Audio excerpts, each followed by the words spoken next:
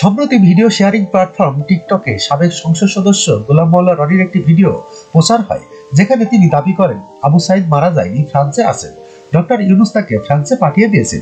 মঙ্গলবার 24 ডিসেম্বর এ বিষয়ে একটি প্রতিবেদন প্রকাশ করে বাংলাদেশের তথ্য যাচাইকারী গণমাধ্যম fact check rumour scan. Rumour scan অনুসন্ধানে জানায় গোলাম মাওলা রনি আবু সাইদ মারা যায়নি। রিউমার স্ক্যান অনুসন্ধানে জানায় গোলাম মাওলা রনি আবু সাইদ মারা যায়নি, ফ্রান্সে আছেন। ডক্টর ইউনূস তাকে ফ্রান্সে পাঠিয়ে দিয়েছেন শীর্ষক কোনো মন্তব্য করেননি এবং তার ভিন্ন একটি মন্তব্যের ভিডিও ক্লিপসের সাথে আবু সাইদ জীবিত গোপন তথ্য ফাঁস হয়ে গেল গোলাম মাওলা রনি শীর্ষক বাক্য বসিয়ে ডিজিটাল প্রযুক্তির সহায়তায় ভিডিওটি তৈরি করা হয়েছে। রিউমার স্ক্যানের পর্যবেক্ষণে উঠে এসেছে ভিডিওটির ব্যাকগ্রাউন্ডে গোলাম মাওলা রনির অস্পষ্ট ও খণ্ডিত কণ্ঠস্বর ব্যবহার করা হয়েছে। তবে ভিডিওতে দাবিটির পক্ষে কোনো সুনির্দিষ্ট প্রমাণ উত্থাপন করা হয়নি।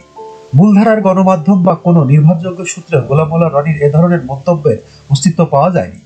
তাছাড়া গোলাম মাওলা রনির ভেরিফাইড ফেসবুক পেজ এবং ইউটিউব চ্যানেলেও আবু সাইদের নিয়ে এমন কোনো মন্তব্যের সন্ধান মেলেনি। বরং গত 16 জুলাই তার ফেসবুক পেজে একটি পোস্টে আবু সাইদকে শহীদ হিসাবে উল্লেখ করেছেন। যখনকার খবর তখনই দেখতে চোখ রাখুন সুন 24 টিভিতে। চ্যানেলটি সাবস্ক্রাইব করুন।